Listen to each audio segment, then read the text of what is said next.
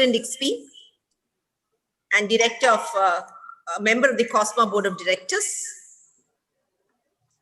Professor Dr. Yuri, President XP, Beatrice Ferreira, Vice President of the IPASCAWay, we have Professor Rosa, who's the President of IPASCAWay, Dr. G. Kishore, Principal, and Regional Director, Sai LNCP,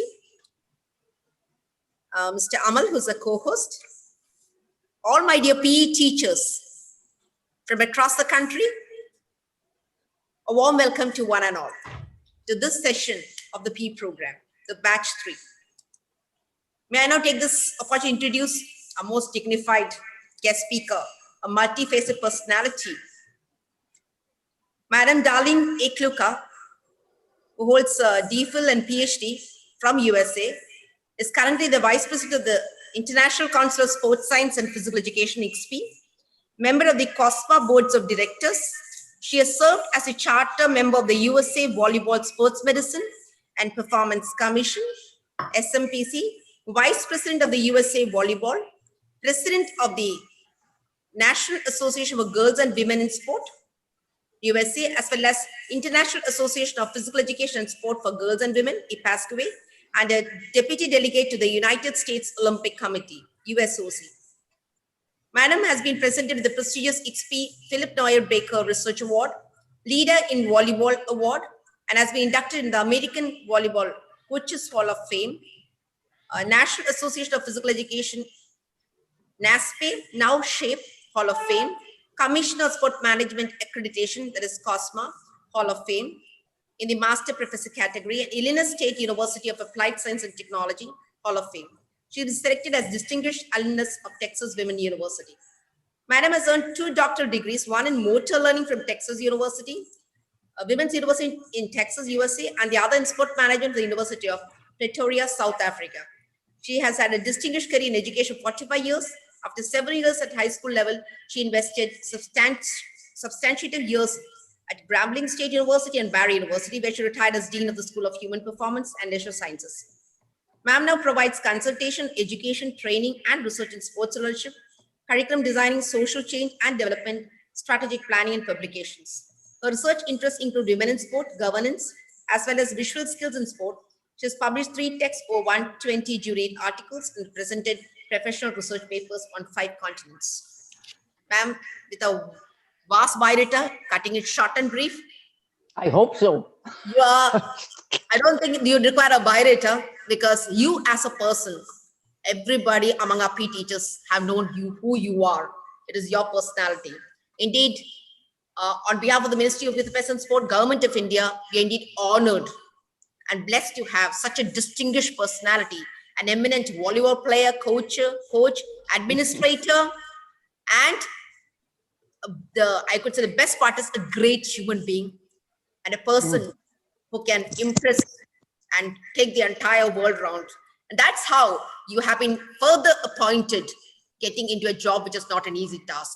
So once again, on behalf of everybody present here, a warm welcome to our most dignified speaker, Madam Darlene Kluka. I also would like to welcome Professor Dr. Yuri, the President of XP. President made it a point to be here when the Vice President of XP speaks. That's something great. So I need to acknowledge, in spite of his busy schedule, so made it a point of being present here and at least having his attendance for us. So once again, on behalf of the Ministry of Youth Affairs, Kelo India, a warm welcome to Dr. Professor Yuri. Thank you so much. Thank you, because I'm sure you're leaving also. I'd like to invite and welcome Beatrice Ferreira from a beautiful place. I said, you look so beautiful. Always I say, you're changed. You're more from Kerala because you're the surrounding looks like the place here where we live. Same is the case because you have taken so much of initiative and your support has brought in this. So once again, ma'am, a warm welcome to this PE session. I'd like to also welcome Professor Rosa, the President of IPASCAWay, who was here. Ma'am, a warm welcome to you. I always say it's Rosa who's made it a real international with the entire team, because she has got right and left hand. She's got such wings and a great support, ma'am. A warm welcome to you. I'd like to welcome our principal, Dr. G. Kishore sir, to this P session. And I'd like to welcome my dear PE teachers who are eagerly waiting, and they all are curiously wanting to learn more and more. And these evening sessions have been a great learning sessions. I know you've been there morning for 2 hours and now you're eagerly waiting. I always say you are the heart and soul of this program. A warm welcome to my dear PE teachers. Once again, a warm welcome to one and all. Over to you, Madam Darlene, for the session, please. Ma'am, please. Well, I sincerely appreciate the opportunity to be with all of you. Dr. Usha, I think I'm going to make you the public relations person for all of our international presentations and our international organizations. Oh, you are remarkable. My goodness. She makes you sound so good, you know? Well, it's my morning and your early evening. So I'm going to share with you some things that I hope you will find interesting. So if you would push the slide, please.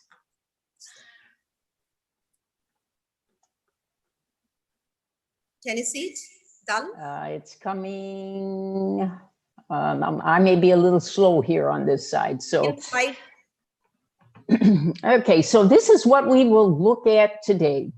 A little bit of drill and lesson and session design. So this is what many people have decided to do. If they're in schools, they call them lessons. If they are in community coaching, they call them sessions. But basically, it's the same thing. All right, one is in school with the lesson, the other one is out of school in the community, or even if you're working with your national teams, it's a session. And then we're going to look at some selected sports science principles and maybe how to apply them in lessons and sessions. And then we're going to see what might it take and what questions should we ask when we're looking to collaborate in order to share in the world and build better for India. I particularly love both of these pictures because the world right now is in all of our hands. And the baby's feet are in, usually at the beginning anyway, mama's hands. And then also we would hope that dad and or daddy would like to also have babies in their hands. Next slide, please. So we're going to look a little bit at motor learning and performance. Motor learning has to do with internal processes in the body. And what we have to continuously remember is that the brain is in the body and the brain governs the body.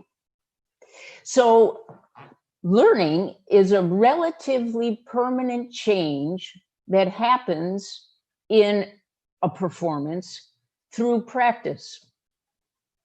It's also, as long as the change is not going to be contributing to a human's maturation. In other words, do I look like I do at the age of 2 and the age of 20? Probably we look a little different.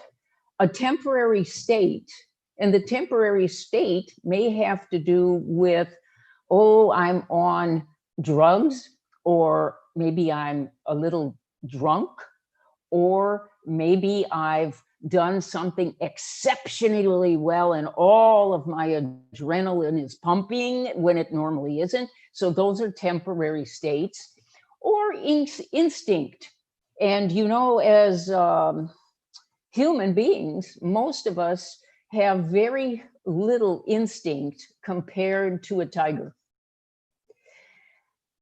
In a way that's good and in a way that's not good. It just depends on what situation we're in. And a performance, please remember, performance is really an act at a moment in time. Okay, and the good news is that we can do a series of performances, and they all may look like the same act, but they're really different. Very difficult to do one type of a movement over and over again, a performance, and have it be exactly the same as a previous one.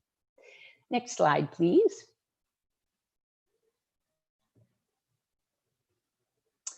So we're going to take a little new look, or a different look, at drill development.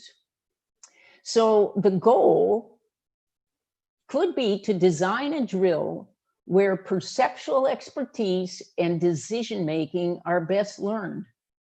So look at all of the things that we have to pay attention to when we're attempting to do this. One is anticipation of conditions. What does the environment look like? Is it raining outside? Is it a very, very bright sun? What does the environment look like? And how can we anticipate and prepare for those conditions? And then what needs to be attended to? Okay, so what is it that we have to find in our environment to be able to attend to that? Visual perception initiates the process. Now, these are for people who are sighted, and there's a little different scenario for people who have limited vision.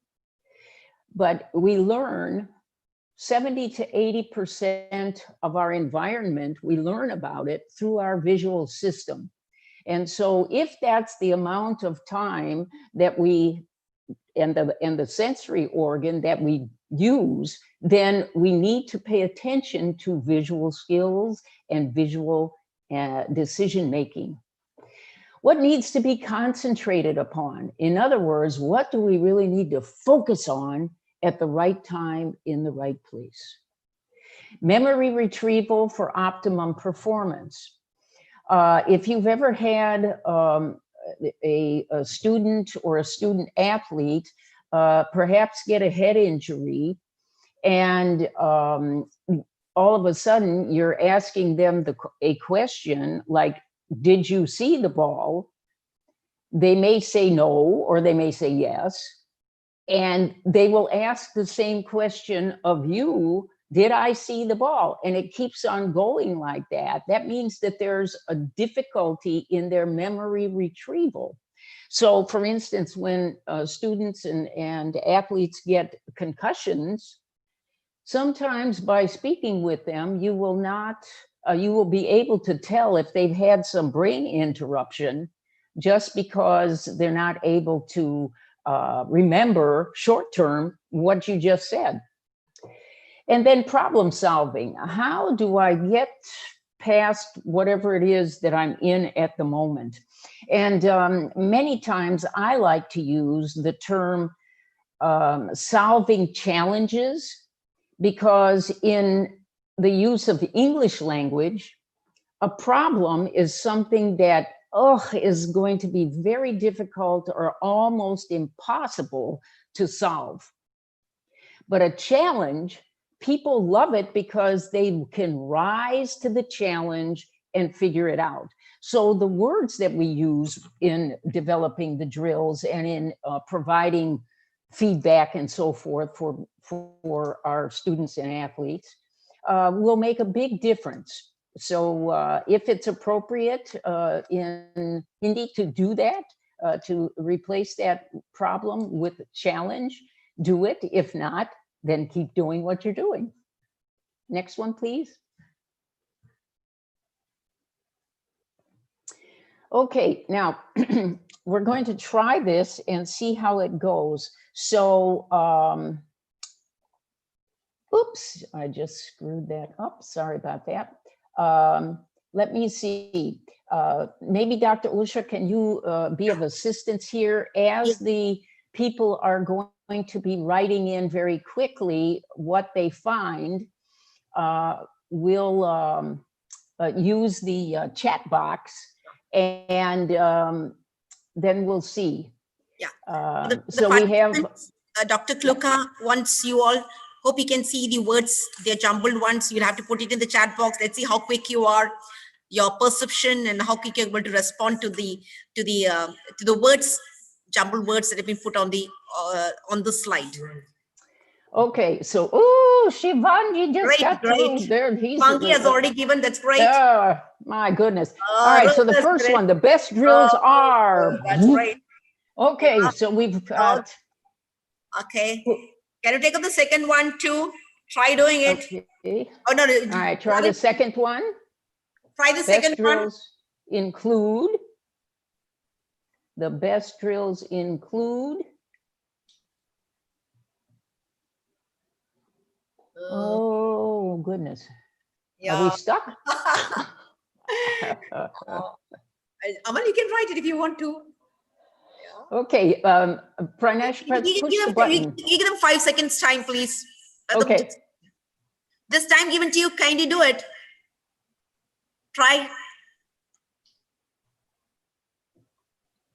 Whoa, look at this. Who is that? Rajan. Woohoo! That's great. Systems and logos. So if you now watch the logo, system goals. Oh, maybe goals.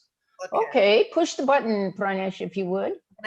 Organize storing systems and goals. But logos wasn't bad, but that A kind of tripped you up a little bit there, but it's okay. And then here we go. The best drills play to a natural what? Right. Okay, good. Rajanish, play to a natural end. Good. End. Amal also has put an end. That's great. Aloysius and Rosa's already put an end. Fantastic. Okay. And okay. Push the button. Yeah. And oh, play to a natural end. All right. So you can see that this technique, I hope, was a little fun for you. But you also might use something like this with your students and with your athletes to get them to think about something and maybe use a chalkboard or a whiteboard or something, whatever you have, and let them go through this because it gets them a little bit more into what you're trying to present. Okay, next one, please. All right, we have some more. Yeah. The best drills are. You don't give the answer. Don't speak out. Let them all try it out. Come on, my dear teachers. You have the other. Let's see how many of you could answer these. Try it out.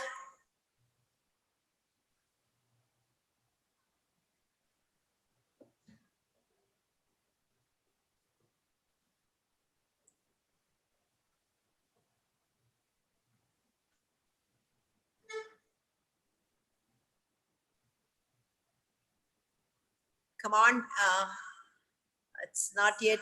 The first one, try it out. No, you have to, these are jumbled words. You need to put it across. Okay, one half. Shivangi got one half of it. Shivangi from Uttar Pradesh, that's great. You only got one half of it. We're not going to read out the answer. Let's see what the others are going to speak out. I mean, put it in the chat box. One half is correct for Shivangi so far. Let's see the others. No, next, Anjana Kumari, no, further, that's not the answer. These are jumbled words, you need to just put across, you just try getting it. No, Mohan, no. Can anybody else try? We got Shivangi very close to the answer, one half, that's all. Let's see. Amal, how about you? You can also try, we need to do it. You made us all stimulating. We are now using, yeah, that's great. No. These are jumbled words. You just need to use these words, rearrange the words to make it more meaningful in this context. Yes, you that's have to be able to spell in English. Yeah, the one word is correct. The last word is correct for Alambas, but can you say the other words? There are people who are trying to answer partly. I think that you have to come in. Yeah, now I think, should we get in? Our time up. Yeah, so go ahead and push the buttons. Game like. Game like. Ooh, game like and teach movement. Wow. How about the next one? Let's see. Come on, try the next one, please. This is very simple. Ah, Oh my God. Mega got it, I'll huh? do that. I'll do that. Oh, you already got it. No, but it's Yeah, incomplete. good. Rajneesh, it's not the complete thing. You left something from it. Put it. Yes, good. Amal is put in. Rajneesh and who's Nokia? Yes. Anjana Kumari, great. Pavan, Dr. Ritika, good. Woohoo. Sandeep Sandeep. Kumar, Woohoo. good. Basavraj, very good. That's great. I think you got many of them answering this because it's a very Second. commonly used term here amongst us. Okay. Yeah. Should we go into this answer? Darlene? Yes, please. Push the button. Yeah. Simple to There count. we go. Simple to complex. Okay, and then the last one. This is I easy. think Beatrice got that one in there first. Come on, let's see. Come on. The last one. Yeah, okay, Rosa's yep. Rosa's there. Oh, look at Rosa. Rosa. Rajan, woo-hoo. Okay, that's great. That's good. Anjana Kumari, that's great. Just put in. Oh, that's nice. Yes, Fantastic. Don. Contacts. Good. All right, so if we, thank you all very much for participating in this. It's an interesting way to think about what do the best drills have. Okay, and if we go to the next slide. So these are questions that we need to also consider when we're thinking about developing drills. First of all, is the drill fun? Sounds really simple, but you know, it's important, especially when you're working with younger children, or if you're working with high intensity situations and you need to have them relax a little bit. Is it fun? Does the drill provide anaerobic and aerobic conditioning? This is important to build in. If, when you look at your sport, if the sport has more aerobic or with oxygen considerations, then you need to plan your drills to look like that. If, however, things are done in shorter bursts, like volleyball as an example, or gymnastics, particularly floor exercise or vaulting, those are mostly going to be running in anaerobic conditions without oxygen. So how do you provide drills that will make that system work more than the other system? All right, it does you, in my opinion, does you no good to have them run 10 miles or 10 Ks, it's not the same length, but still 10 Ks, and have only be working in anaerobics primarily, where you're really going to run a 100-meter dash or you're practicing for the 100 meters and you have them run 5 Ks every single day. Because they're not always using that same system that you're working on. Does the drill accomplish more than 3 objectives? Can you get 3 things that can come from using this drill? Sometimes, you know, we use drills like a typical figure-8 drill. You know, we run the figure-8 drill, but we don't know why we're running it other than some coach or some teacher somewhere told us to do that. So if we don't know why we're using the drill, don't use it. Does the drill resemble parts of the game or competition? It is, and again, I'll take field hockey as an example. If I practice field hockey indoors, I'm not doing the best I can for the students and the athletes, because the game of field hockey is played outdoors. So you want to have drill parts that resemble the game. Does the drill encourage maximum participation? Here's one of the things that seems to work well.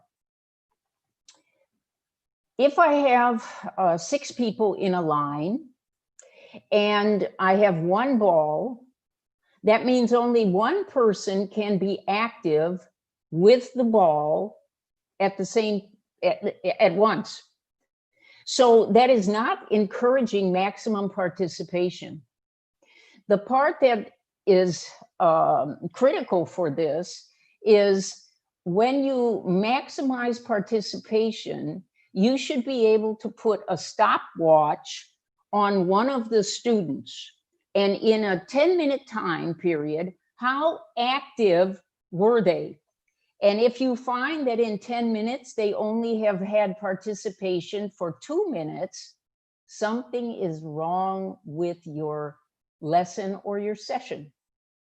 Because you have to remember that not only do they need to get it here, but they also need to be able to practice whatever it is. So the more you can get them to participate and the less standing in line, the better off everybody is. And by the way, that also will cut down on any kind of little pushing or shoving or inattention, because they have to pay attention in order to make things work.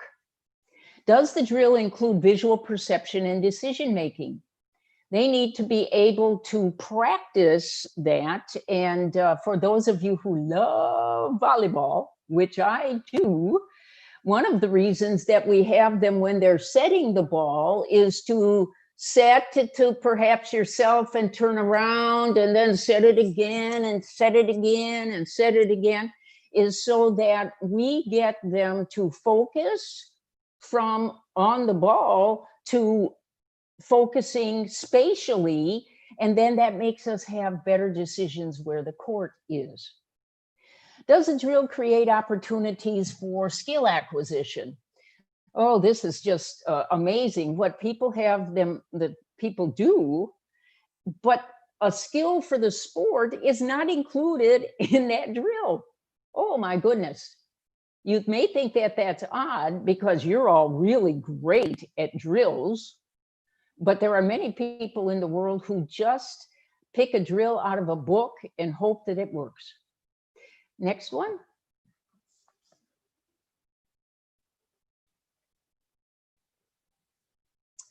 All right, so what kinds of things are in a solid lesson or a session plan format? So I, through my 150 years of experience and some of my formal education, I tried to put together here some things that really ought to be included in lesson or session planning. And the one that I truly find fascinating is the last one.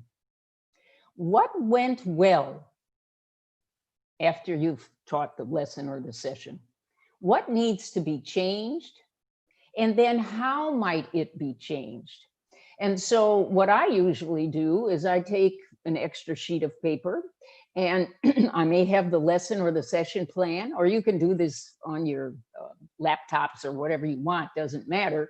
I still like the feel of the paper and the pencil. And so what went well? Surely there must be something in that lesson or session that went well. Put that down, because when you come back to these to look a year from now, you will not remember what worked well and what needed to be changed. So if you can provide yourself just with a little extra 5 minutes after the session is finished, that will really make a difference when you go to make this presentation to another group at another time, etc. Because once you've tried something and it works, then keep it. If it doesn't work, well, you may keep it and try it with another group, because you know that students and athletes are not the same. And so what you do for one time may be different for another group. Next one, please.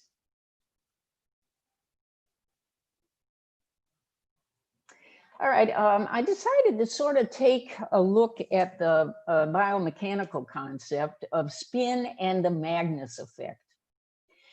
So spin is created by applying force off center to what is being thrown or kicked or hit or whatever the case may be.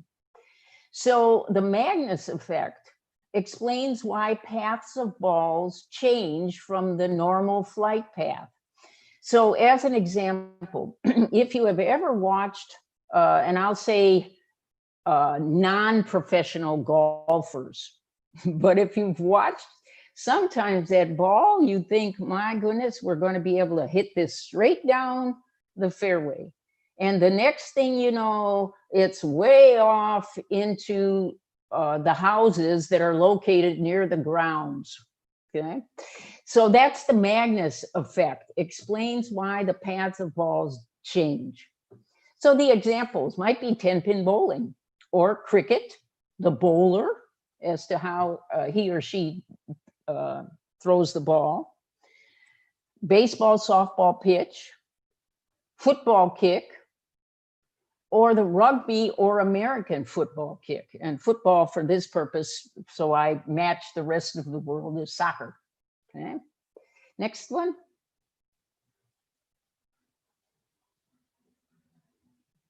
All right, so here we sort of see that the spin of the ball slows down the airflow on one side and speeds it up on the other side.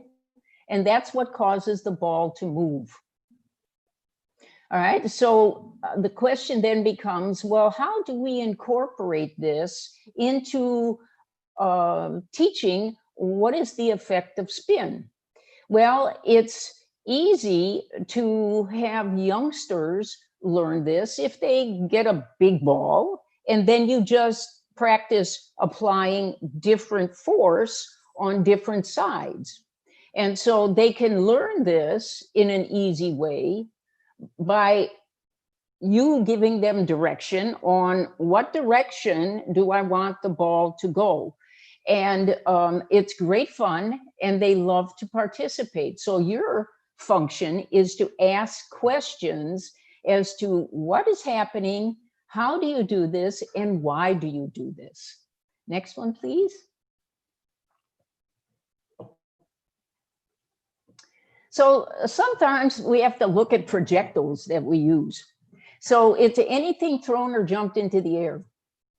So once this thing is released, whatever it is that we're doing, it follows a flight path that's called a parabola.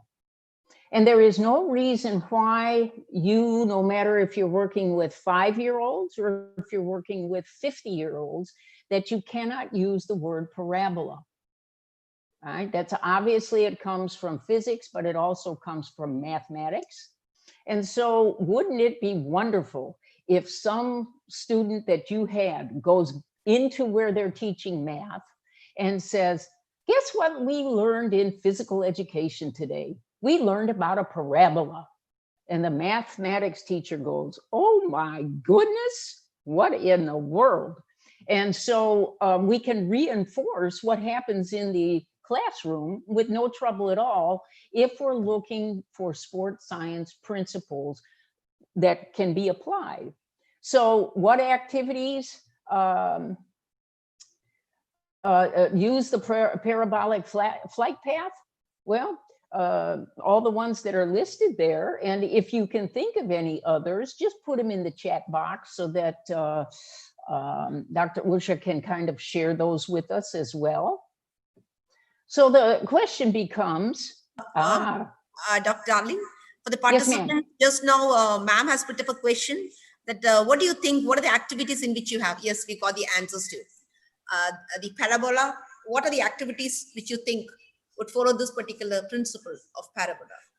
So kind of okay. so, we have Shivangi, who's put in shot put, javelin. Shot put, Yeah. javelin, archery. Oh, wonderful. Great, So good. to the man who asked the question, anytime something is let go of, or if you've kicked it, or if you, even for you to do a jump that goes a particular direction, all of these things will have flight paths. And so in order to get that object to go in a different way, then you need to apply the pressure before you release it. All right, because you know that once the things are in the air, nothing will change that except perhaps wind. You know, if there's a big gush of wind that comes, then it may change the flight path of something. So with a discus, all right, there's a particular way to hold it. There's a particular revolution that you must make. And the last thing to leave the discus is what? The last thing to touch the discus is what body part? Okay. I think, please do answer the chat box. When you release the discus, which part is the last one to touch? Please enter it in the chat box, please. Yeah, and Vinod did it. He's got finger, but which finger? Yeah. Which finger? Are there any athletics? Little finger. Fantastic. All right. And so by letting this happen, what does that do if I do this with my hand? Okay. What kind of spin then goes on to the discus? If I'm right-handed, it's going to have a spin that is going counterclockwise. If I do it with my left hand, the spin will go clockwise. But the force that is behind it will be what makes the parabola. So wherever I release it, then there will be a parabola according to gravity. So which place would we be able to do have a larger and longer parabola, on Earth or on the moon? Earth or the space? You mean Earth or space? What do you say? Moon? Moon out, you know, okay, Ravi says moon. Aloysius, I'm hoping I pronounced that right. That was my dad's name, so I'm pronouncing it like he did. Space. Some say space, okay. but yeah, okay. yeah, because we know that on Earth it falls at 32.2 seconds per second. Okay, but on space, on the moon, the gravity is 1/6 of what it is here. All right, so with less gravity, that parabola on the moon is going to be much greater, 6 times greater actually, because there's not so much gravity holding it down. All right, now youngsters will not know that, but you certainly can help them to learn that by saying, well, what makes a parabola? Weight or gravity and air resistance. You can talk to them about the moon because they see the moon whenever there's no clouds. And so they may or may not know that you weigh less on the moon. And for those of us who are heavy, we love the moon. All right. So a heavy object as a shot put is relatively unaffected by air resistance, because the thing is so heavy. So heavy objects may not be as easy. And so you may take a shot put and you may take a tennis ball, or better yet, maybe some kind of a soft ball that would be about the same size. And you throw one and you say, here we go. And then you throw the other one in the same way. And oh my goodness, what a difference. The shuttlecock in badminton is light and has feathers, and the feathers increase the air resistance. So, you know, when you're trying to do an overhand clear to the back you wind up and you use everything you own to get that to the back of the court. Yet the thing does not fly like a bullet. Well, part of the reasons for that is that it has feathers, and the feathers increase the air resistance or make it go more slowly. Flight paths for the tennis ball, the cricket ball, the golf ball, javelin ball, shot put, and shuttlecock. And there's no reason that you can't find equipment that will resemble much of this if you don't happen to have a javelin. You could easily take a broom handle. Make sure it's just the handle and not the end of the broom. Otherwise, somebody will find an interesting experience. Next one, please.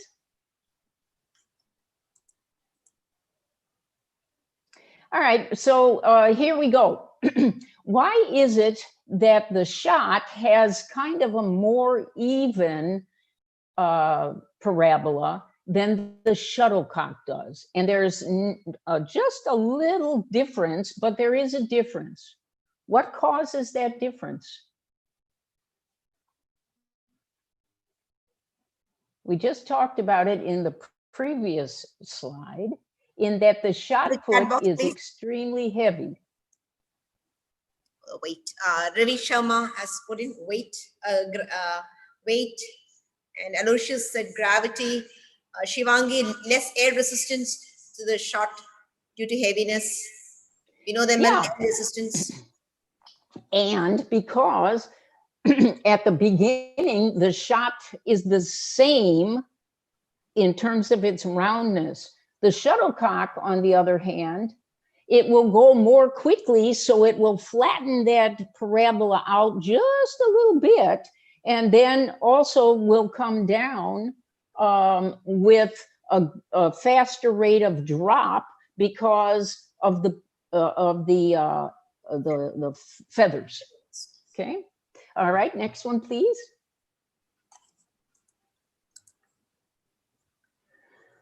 Okay, so my goodness, we're going to have them learn at the age of 3, Sir Isaac Newton. I'm just kidding. All right, so you'll see the kinds of calculations for positioning and speed of objects. All right, so they've got a V that stands for final velocity, then you've got the initial velocity, then you've got displacement, and then you've got time in seconds. All right, so if you go to the next one, please. Yeah. So all of that on Isaac Newton's formula, that's what they're learning, but they don't know it. They don't need to know it until they get into some kind of a class where they may be required to memorize it. But the idea is that they've already seen Sir Isaac Newton's laws in motion, right? And that's the important part, is for them to gain that information when we're talking about incorporating smart science principles into either daily lessons, daily sessions, or for an entire year. There are people who have designated an entire year of physical education dedicated to sport science principles. All right, and I happen to come from the state of Illinois. I was born and raised in the Chicago area. And so I found this just this past year about best practice for physical educators. So I wanna just show you a couple of these. The first one, curriculum is based on national or state standards. All right, and in this country, we have national standards and state standards. That's an appropriate practice. All right, an inappropriate one is the curriculum is based on teacher preferences. Okay, I don't know how to teach fencing, but even though we're supposed to have fencing, I'm not going to learn it, so therefore I'm not going to teach it. All right, and the curriculum has no regard for student abilities, interests, or development. If you don't allow students to have input into what perhaps they can have throughout the year in terms of activities, then you're shortchanging them. So once in a while, especially when they get into middle school, high school, you need to give them some opportunity for input. And I have to say that I really, really like not best practices, because best means that we applied a judgment to this. All right. And so what is the best? Well, it's the best according to me. It's the best according to you. And there's no way to really assess what is best. But it is important to do what is appropriate and what is not appropriate. So what may be appropriate in based on sports science principles, what may be appropriately presented here in the US may not be appropriate for what is presented in Beatrice's Brazil, just as an example. And that may not be the same in Dr. Usha's India. Okay, but those are, how do we practice these things as opposed to how do we do some other things? Okay, physical educators form groups, teams, or pairs in ways that preserve every student's dignity and self-respect. All right, so let's say that we have some type of an environment where we have boys and girls. In some cultures, it may be very important to have a man and a woman as physical educators for that group. In other places, if there are single sex, then it is only appropriate to have men teaching boys and women teaching girls.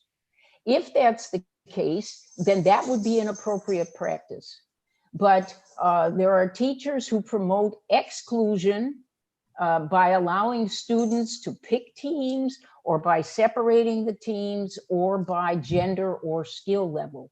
All right, so you may take a look at this and see what might be considered appropriate practice for what is going on in your particular situation. Next one, please.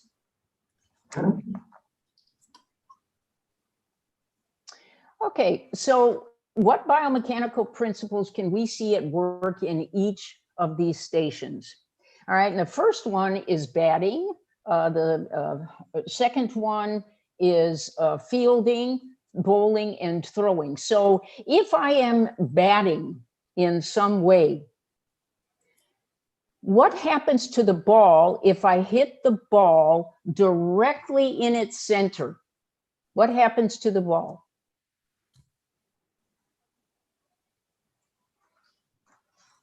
Nobody answers.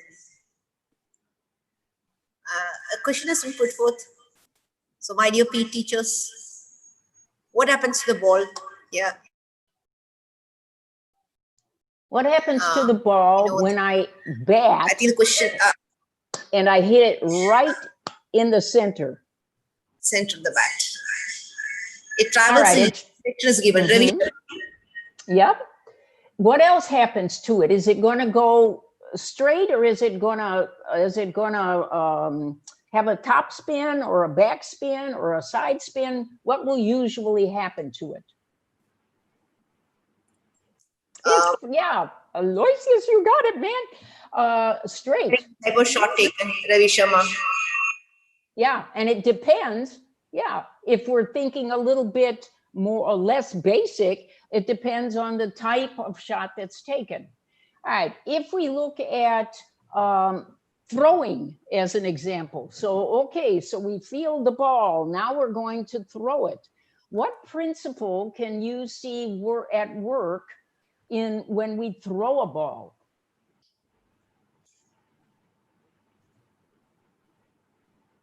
Which principles while throwing a ball is applicable? Yeah. Yeah, could you kindly put in? You're throwing a ball. This is in throwing. It's Shiva. Okay. She's put as parabola. But then can you say, yes? Anybody else? It's a force. Yeah. Yes. By the way, just for Bowling? Yeah, okay. Here's a question for you. What is what is power? What is power? What is power?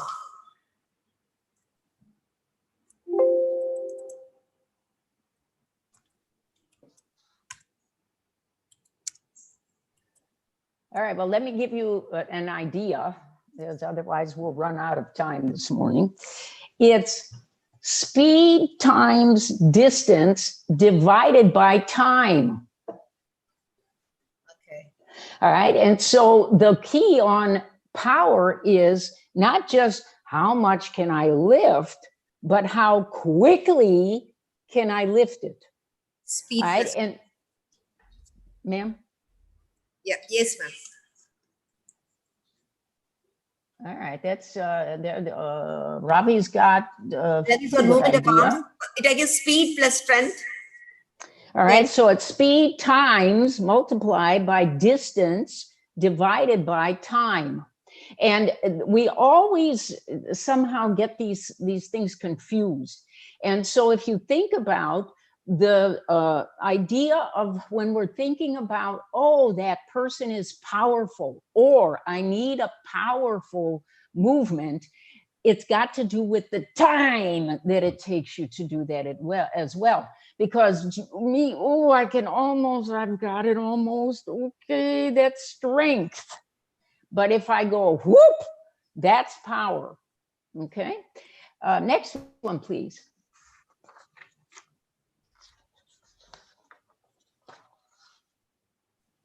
All right, so we come to, I thoroughly enjoy the notion of station work. I guess I would love to know, out of the 433 that are on this morning, how many of you actually use station work in your lessons or in your sessions?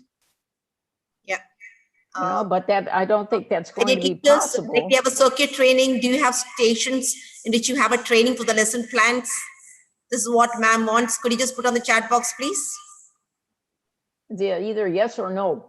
Yes, this is power. Okay, Lakshmi has given a very detailed answer. Yes, could you just explain how it is? How many stations? Yes, Janice has said yes. In lessons, we do adopt stations. Anybody else? For the lesson plan, do you have various stations like we have put in a circuit? Yeah, this is good.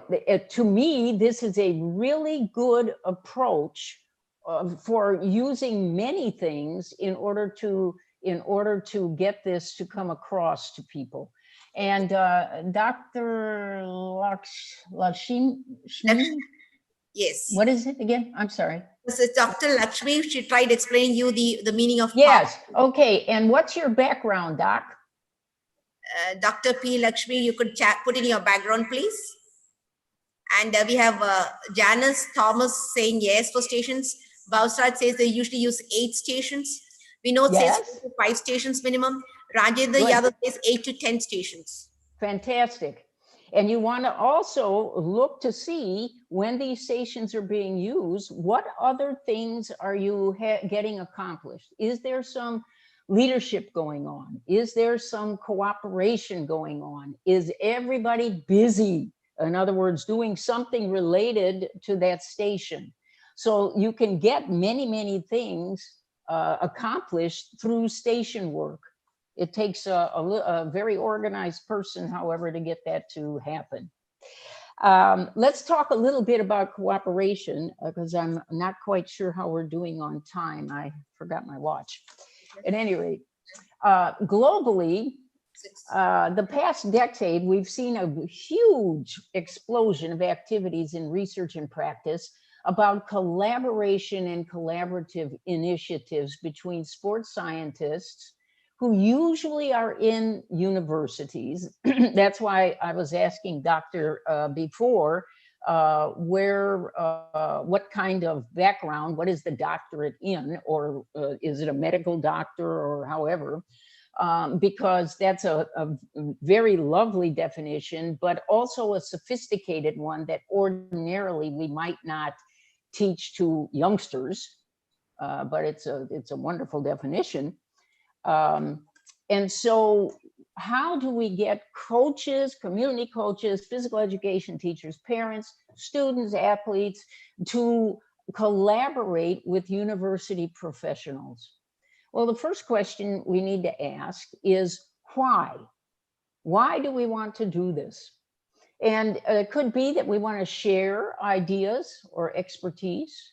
It could be, and this is really perfect in my mind for what's going on now and after COVID, we need cutting edge design, construction, and management innovations.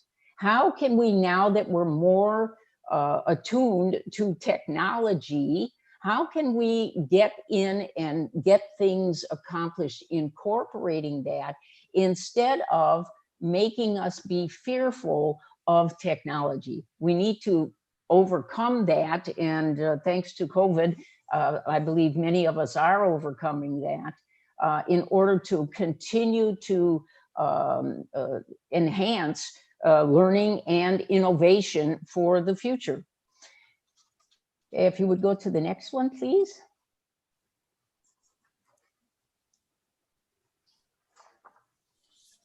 So should we, now we figured out why, maybe we need to ask ourselves, should we participate? Of what benefit is it? And I like a thing that's called a win-win-win strategy. So the first win is I win, or the student wins. The second one is you win, or the teacher wins. And the third one, it will benefit more people who are not either you or me, but it will have a larger meaning to the greater group. That, in my opinion, is the true essence of collaboration, so that we benefit each other and we benefit humanity. Why do we want to be involved? What are the goals? Who's going to do the work? And what are lessons that the collaborative team that we're putting together, what is it that they can learn? If you go to the next one, please.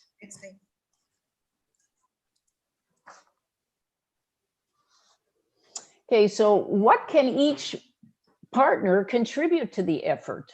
By the way, when we collaborate, we don't need a bunch of people who can do the same thing. For instance, if I'm doing something with Beatrice, I am confident that she's going to come with an anthropological perspective. I need that.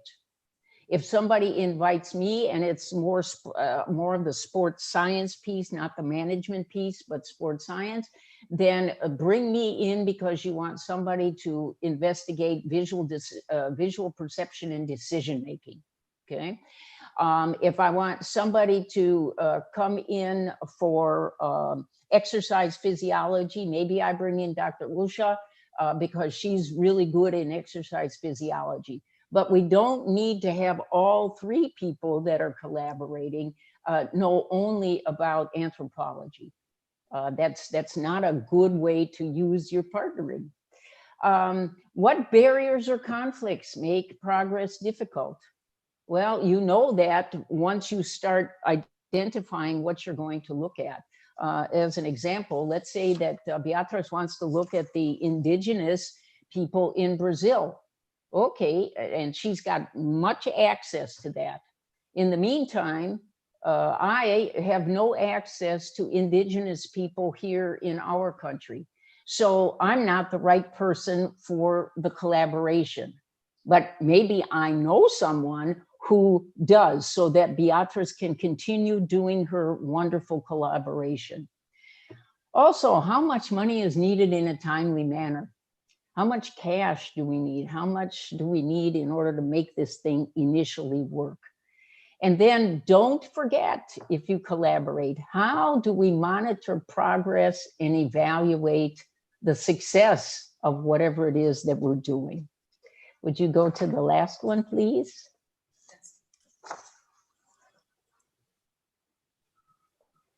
And if you'd like more information about IXPI in general, Detlef Dumont is the executive director. I am very happy to say that all of the people who are on the panel today, their organizations belong to IXPE, and including Dr. Osha and Dr. Kishore. So I hope that you take advantage of the kinds of things that are offered in all types of resources. And the most important part for all of this is, even though we're talking about developing drills and lessons and sessions using sports science principles, make sure that you enjoy what you're doing, because if you enjoy what you're doing, you will have a much better atmosphere and a much better environment to do it in. Thank you.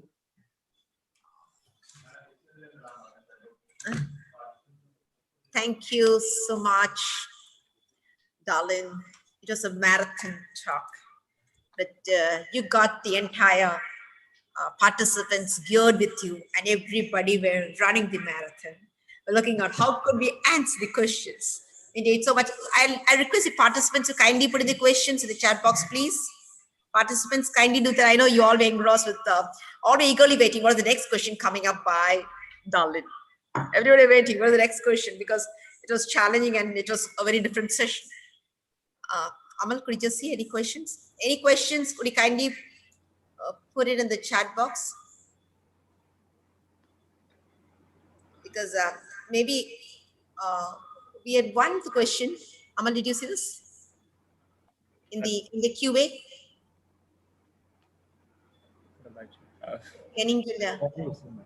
Okay, the questions are very simple. The question is, what are the activities to improve agility and stamina? Because in terms of lessons, you said something of aerobic, anaerobic activity. Sure. One question just to put forth. Sure. Well, the first thing that I do when I'm stuck with looking at words that may or may not make sense to me is I try to think about what does that mean. So to be agile or to involve agility means the ability to change directions quickly. Okay, so then I have to think, well, what directions do I want to the person to learn to use in the sport, or in general, then I would use all of them. But as an example, I need to be able to go forward to the side, side to side, back side, and back. So if I would take a circle and divide all of that and put these lines in there, then it would be kind of easy for me to take something like maybe some kind of inner tubes, or something like that that might be stretchy, and put those on the ground, and then have children start at the beginning and then go to the end and then come back, so that they can see how they are able to change directions quickly. And frankly, you can tell how adept a youngster is by doing those kinds of drills. However, in a particular sport, you may decide that a goalkeeper for football or for what's another one? Field hockey, that they only have, so much room to have to defend, in a sense, or ice hockey. And so their lateral movements, or their movements that are coming to the front of that half circle, that's much more important than having them learn necessarily to go backwards into the goal, because once the ball has come over the line, it's too late. So you need to also be a true student of the environment that you're going to be working in, so that you can see what sports science principles are needed here for a person to be successful. And stamina, I think that was the other word, huh? Yes, endurance. All right, so the stamina piece means what? Well, stamina means that I have the ability to continue in a similar way. So it isn't going to involve tremendous power. So that time piece, whatever the performance is divided by time, that's not as important as it is to have a solid aerobic base, which means after about 3 or 4 minutes on a person, we switch into that aerobic field. And so the challenge then becomes, how do I get the person to maintain a certain level of activity in order to improve the stamina? So what people have done is they've taken, you get the watch, and then you figure out the heart rate and what is a reasonable rate, 75%, 80% of your maximum. And then you check every so often, are you, in terms of heart rate, maintaining that for cardiovascular stamina? So, and it depends, on what you're looking at. The muscles also have to have some stamina, and you can do that in a variety of ways. I hope that's helped. Yeah, indeed. Amal, do you want to ask some question, Amal? Actually, there are 2 questions, madam. The first one is a little general one. So, madam, what should be the level of participation of coaches during a training? Level of participation. All right, let me get that again. What is the what, Sweetness? What is the level of participation or involvement of a coach during a drill? All right, so during a session, what should the coach be doing? Yes. Whether he actively participated or he just want to give the drill and observe the lesson. Yeah, can I just explain to what Amal said here? Many times the coach stands to the side. Yeah. You do. Yeah. Okay, darling. Well, I'm going to come at this from a very practical situation. I cannot imagine teaching 6 to 8 classes a day and stand there. I can't imagine that. All right, so that's my bias. I have to be participating with the students, not necessarily physically, but mentally. So I am always walking around providing feedback to whatever it is that they're doing, or asking questions like, oh, that was a lovely forehand hit. Let's say tennis, forehand hit. Have you thought about this? And so I may give them an example. Have you thought about doing this with your arm as soon as, when you're hitting the ball? So or if they're making a mistake, well, here's how you're doing it. Here's how it needs to be done. All right, so that you leave them with a positive. But at no time, in Kluka's opinion, should you be just standing there watching, or not even watching, what's going on. Because you're responsible, as the teacher or the coach, you're responsible for creating an environment that people want to learn. This isn't about you doing, so when I was young, I played, volleyball in the class and all these things. I quickly learned that after teaching 8 lessons a day that I was exhausted, by the end of the day. And so you quickly figure out that that's not something that you ought to do all the time. And there will be children and people who challenge you. Well, coach, aren't you any good at this? And I'll say, my job is to make sure that you are good at it, not me. And so sometimes you get challenged, but you need to find an answer that fits you. So does that help with the question? Yeah, sure, madam. Madam, Okay. I have one more question. How it works, hyperbola? I'm sorry. How it works is like the path, because that's a path when she said about it. Can you hear, Darlene? Yeah, I'm just. It's in the chat box. It's in the chat box. QA chats. Oh, QA. Okay, wait. The QA. And it's in the chat box. I think it's in the chat box. Okay, and tell me what the topic was again. It's hyperbola. A hyperbola? Yes. how it works, the How it path, works. the path of hyperbola. You could show Okay. yeah. So if we had everything equal, the parabola or the flight would be like a half circle. All right. But depending upon where we, just as an example, in long jump, all right, there's a board.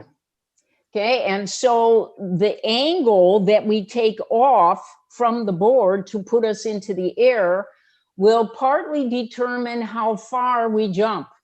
So it's been determined by using a bunch of things that you can go from, it's about a 30, somewhere around a 38-degree angle takeoff in order for you to get a parabola that looks more like that. But if you take off at a 45-degree angle, it's going to take you higher and not as far. So when you are judging what needs to happen, it will have to do with the angle of takeoff. And are you going for more height or are you going for more distance? Yeah, I think Amal will ask the panelist also. This is good because I think even Amal would have a lot of questions. Right, Amal? Okay, now let's have the Beatrice. Beatrice, for your remarks, please.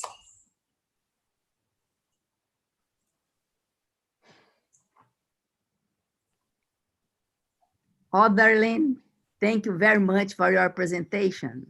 It's great to listen to you. You are a great professor, teaching complex concepts in a simple way. And I thank you. And that listen to your presentation, you can see the ability of a human species to learn and to adapt our natural system into a very sophisticated movement as to play sport. When you talk about anticipation, visual perception, concentration, memory, how good it is for us and the drill. And then when you bring the concept of biomechanics and movement, I think it's very important to see how important is the integration of the different areas, even in the class of physical education class. You don't need it to be in this high level of a sport, but to work with different teachers in the school, and it's very important. And I would just want to tell that once a mathematician invited me to go to the Amazon to teach. He was going to teach math, and then I was going to give some movement and culture with the indigenous people. But there is a very difficult place to go. And then we prepared. So I'm going to, he thought to teach physics. And then I was going to teach movement and physical activity, and then in relate to the culture. But when he arrived there, he said, no, I changed it. I'm going to teach geometry. And I said, what? No, I think they're not going to understand physics. And then I was so surprised to see our movement, how everything is related to geometry. And then when we're talking about the parabola, and then the triangle, the square, and everything, and say, gosh, our body is geometry, and then we could all our movement, and we had a lot of fun. And the Indians, they could connect with their day life, the canoe, and the art craft, everything is square and then triangle and round and everything, and the movement. And it was one of the best experiences that I had in my life there with them. Yay, good for you. Yes, and then that's why important is your message to say the collaboration among expertise. And then your last message is to enjoy what you are doing. It's a great message. We should enjoy, and then we keep doing with money or without money because we enjoy and we like. Thank you very much. Thank you. Thank you so much, Beatrice. It was such a wonderful message. And you're going to the Amazon. That's great. We keep hearing. Thank you for such a lovely message. So now you saw, Darlene, everybody are hearing each and every point of yours. We talked and see how perceptive Beatrice, and I think our teachers too. Thanks, Beatrice. Professor Rosa, your remarks, please. Darlene, thank you very much for such a pedagogical class, which I indeed enjoy. And I think the title of your presentation is short to all the information you provided to us, because you just didn't apply just sports science. Actually, you apply science to sport, which is different, okay? So this is a great... Do you think I should change the title then? Exactly. Okay. All right. So noted. I mean, what you did, you gave a holistic view of how all science get integrated into sport. And I think that's fantastic. I think more examples like the one you are giving are the ones we need to provide to our physical education teachers and coaches, so they can see the potential we have in the subject to embrace all the other ones. So congratulations, because it was a good example. There are two messages in there which I adore, and it's basically from simple to complex. This is very easy to say, but normally in class, in any class, people forget that. So never to forget from simple to complex, okay? And the other element is like integration, network, and to work with partners. So there are some examples in places in the world, in schools, when they work by projects, and then the project needs to involve all the subjects. So most of the time, it is the PE teacher who doesn't know how to embrace that, while it is physical education, the one that has the strongest potential to make it possible.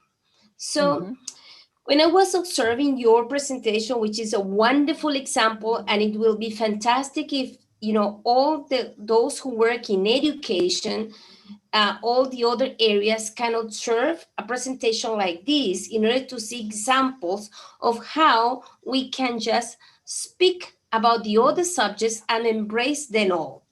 So, because that's what has taken us too long to convince the others how important physical education is to the general education, so that we just don't teach by just physical exercise, but we also teach other elements, okay? That's why we are bio, psycho, and social. I mean, it's a cognitive process that goes involve everything. So my questions would be, like, in your experience, what about, I mean, if we provide more publications, examples in which we can show how physical education can get or can be taught in a way that embraces all the other subjects.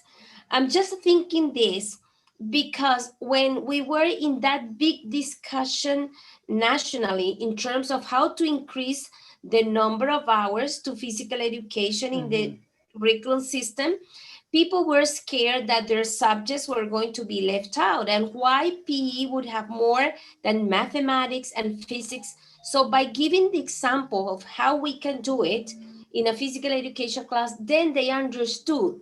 They sort of understood, okay? And they said, okay, you convince us, no problem, okay? So there it goes. So I think maybe it has been us who hasn't been able to deliver the message, and it could help just by providing examples in textbooks how to do it, which normally you don't find it very often. You find drills, you find techniques in PE, but you don't find example of how to embrace and or combine all the other sciences. But as you also have experience with other curriculum system, what would you say about that? Do we need more examples like that in written text?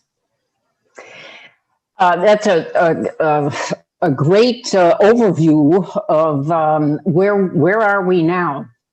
And I think one of the issues is the convincing of people who are in each school or in each district to have someone in their, we would call them pre-service or service areas where someone comes and speaks to teachers about things.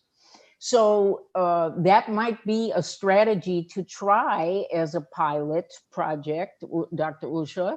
That might be an idea to see if you can get people who are well-versed in making the connections to give a presentation or a workshop on that for all the other teachers in the school.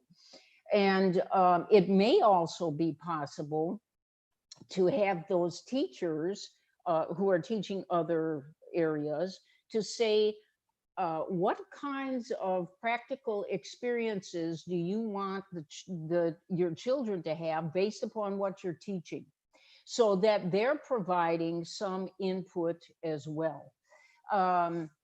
The most fun one that I can think of that happened was at one point there was a little girl who was autistic, and they put her into physical education, but the math teacher told her that, or told the physical education teacher that she just can't get her to count past 10. And, you know, the rest of the kids were going to thousands and whatnot. And so the teacher had a little mini trampoline. And so now she starts on the trampoline. And the teacher, the physical education teacher says, how many can you do? 1, 2, 3, 4, 5. She went up to 100 on the very first try. So it was a way to unlock this issue, whatever it was. She certainly could count, but the environment wasn't such that she found it important to count. So I know that's looking, you know, drilling down deep as to what a student might need, but those are the kinds of things that I think regular teachers just don't understand, how we might be able to be helpful and still be independent. But Rosa, I love your idea about, and I'm thinking more of like YouTube or something like that, where instead of maybe writing books, we changed to so that they can see lessons that are done with these kinds of thoughts that you just suggested.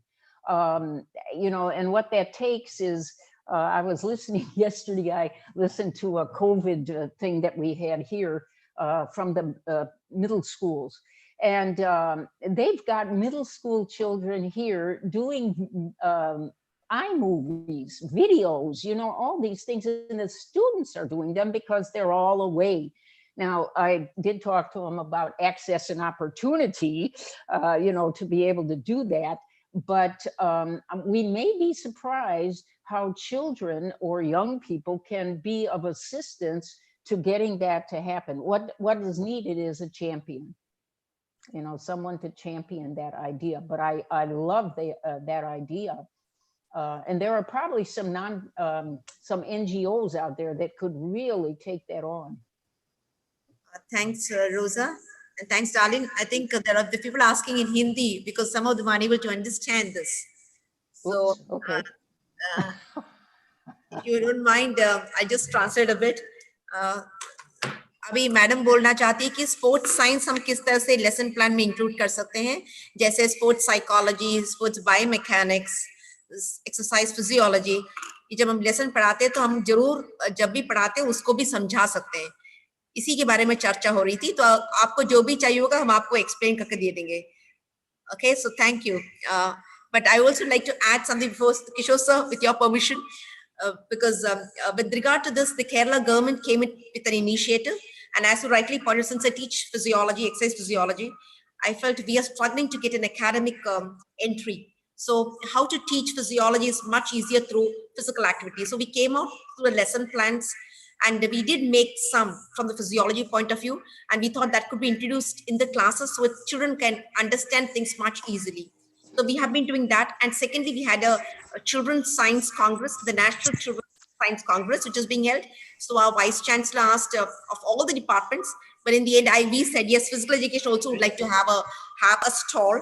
And you would not believe, we promoted health, botany, physics, chemistry, mathematics, all of them dropped in.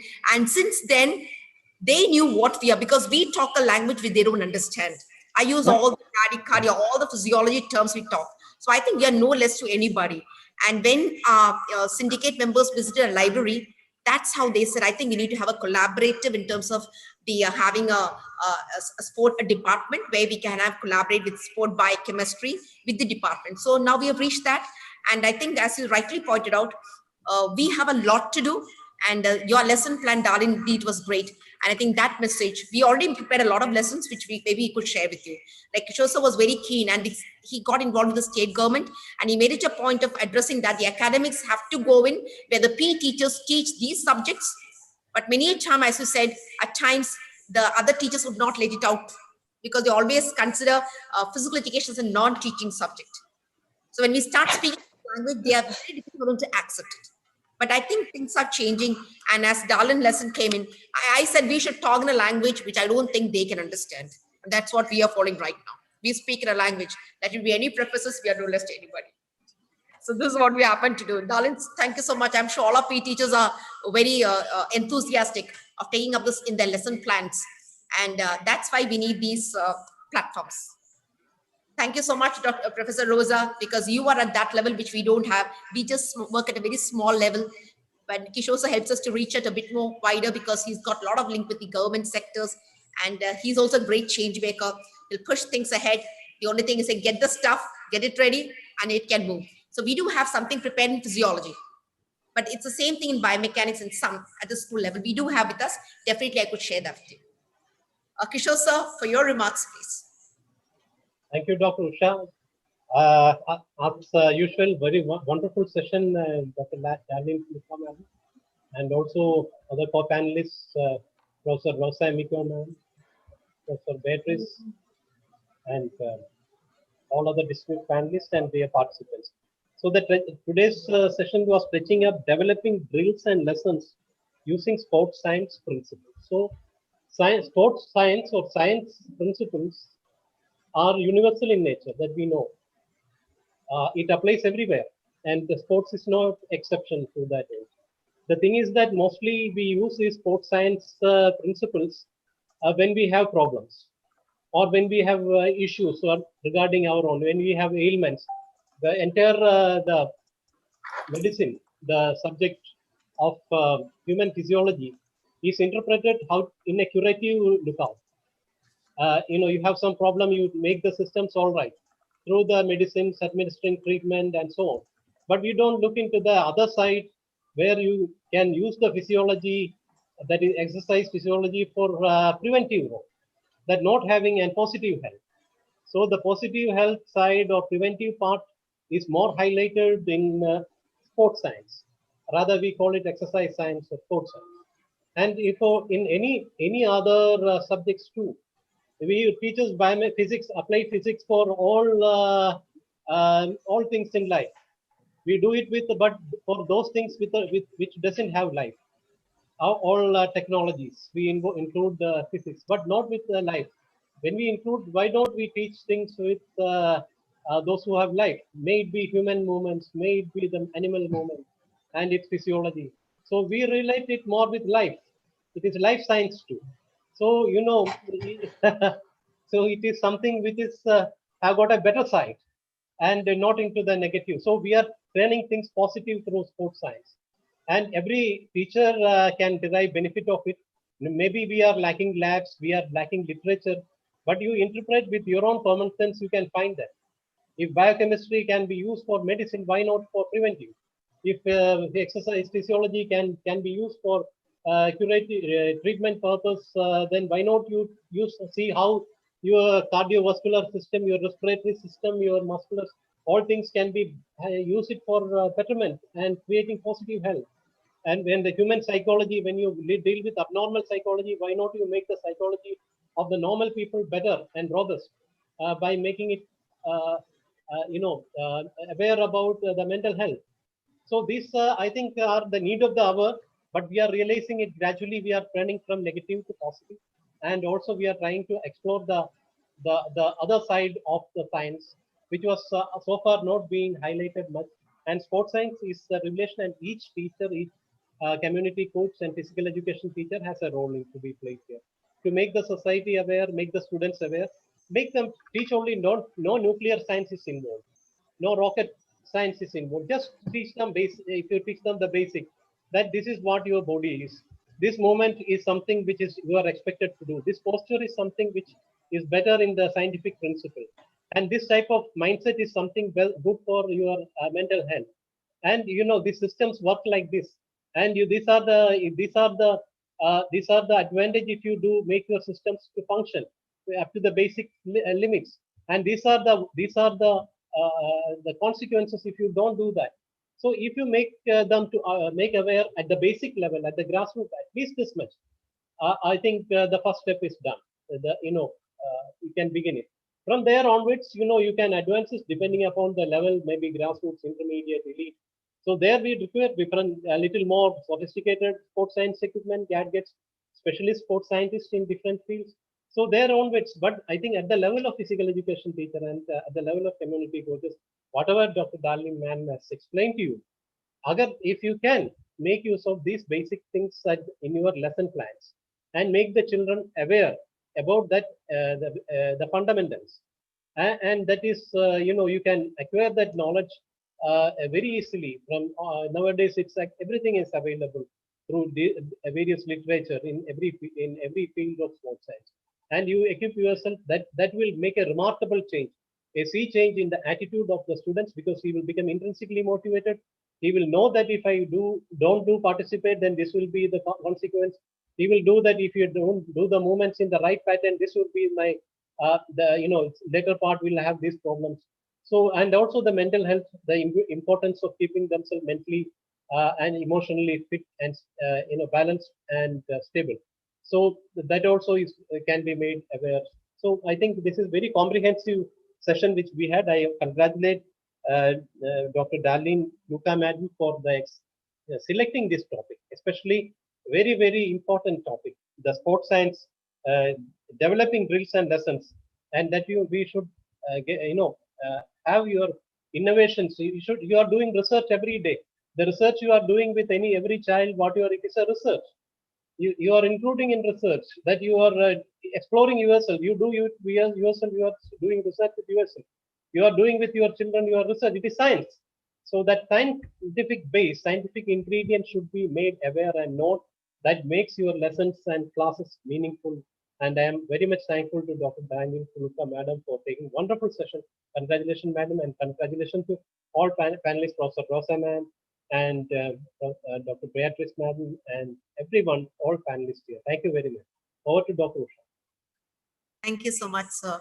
Indeed, Darlene, I think you heard from everyone. It was a wonderful session because whenever you speak, you get people moving and there's a change in it. And the best part is you said world in hands. Because I say you're a real human and you're the best role model for us.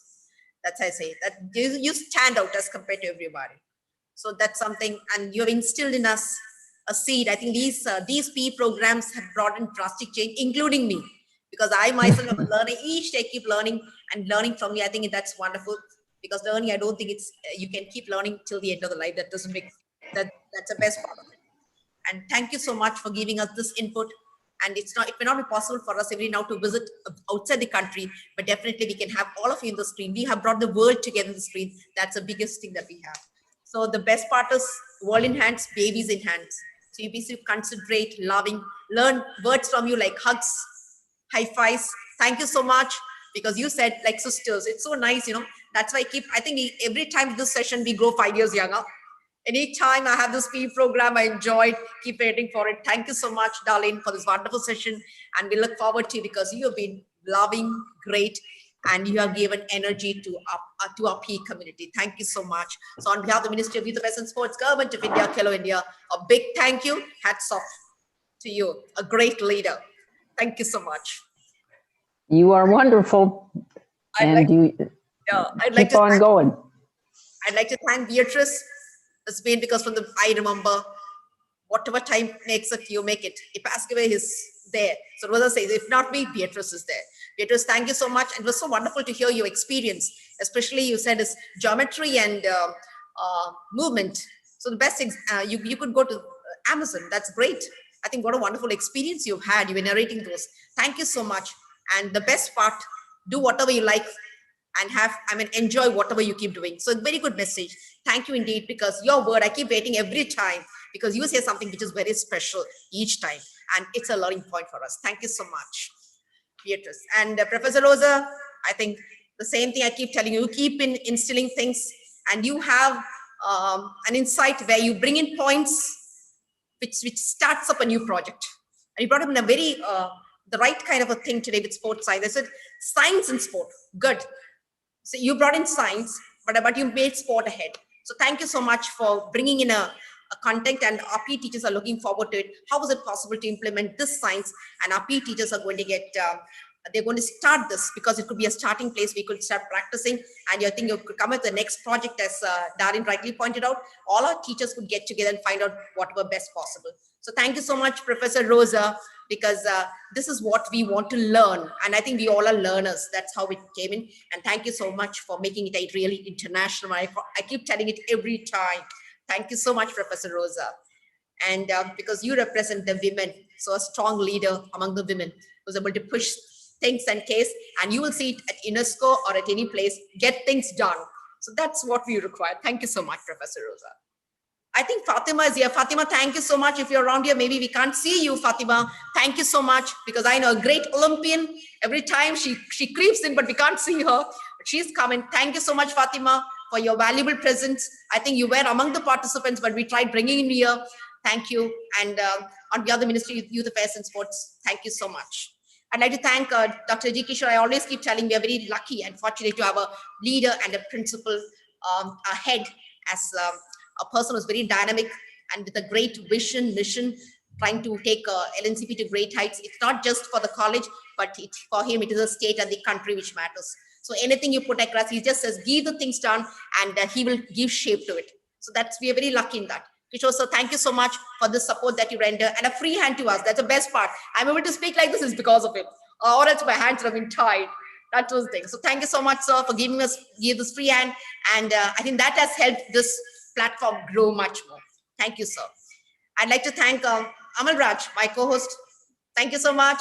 I think you're growing too. In the past 5 days, you're grown up, you're cured. So we are proud to have, because he's an LNCP and doing very good job. Thank you, Amal.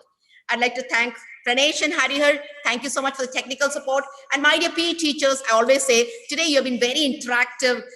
You ask them for a dance, they're ready for a dance. You ask them for any questions, they're ready. So you can find our teachers are very active and they're very motivated. They're just ready to get into things. Thank you so much, because you're the heart and soul of our program. And we are change makers, and we prove, always I say we, because we means the entire team sitting here, we as one. The world as one. We are going to move this and bring in a big movement. So once again, in the end, thank you one and all, and namaste, high five. For the feedback, please. Yeah, for the feedback, yeah. Namaste. Yeah, it's good. You learn namaste. You could learn Hindi too. Exactly. For the feedback, I please. wish. Yeah. Yes, Rosa. I wish I could learn. Yeah. You're speaking good Hindi, and you do namaste very well. I think many of you have learned namaste. And Danjava is thank you, right? Dhanyavad. Dhanyavad is thank you. So I think you saw the rating. Excellent. Darlene, it's gone excellent. It's just shooting up. A parabola goes this way, but it just went in straight. Can you see? Can you see it? I think it's a good session. Excellent session. So it's wonderful. And well, I'm extremely grateful, and part of all of this is, how do I say this? We all have torches, and we have our torches lit. Okay, I'm not going to give up my torch, though. I'm going to light more torches, because we need more torches to push the whole thing forward. So never give up your torch. Never not have it lighted, because you never know. I may run into Amal and his torch is not lighted and I'm ready to give it to him. Oh, that's great. So we need lots of light to make sure that this goes forward, and we make a little footprint that will help the world be a little bit better. I know. The footprints are marked. 3 batches, it's marked. All those who came in, we can see it. The footprints are there. Unbelievable. And if passing away, Fantastic. footprints are there. So it's great. And I think everybody have put in a wonderful session. There were a few who couldn't understand. I'm not that good in Hindi, but then I said definitely we'll get to them. But this project we definitely see, because I insist in this. I fight at every stage. I say, please don't say that we cannot speak. We can only dance or do things. That's what is the biggest challenge for us. But now people have started coming to us. Excellent. Yeah. So thank you. Thank you so much. And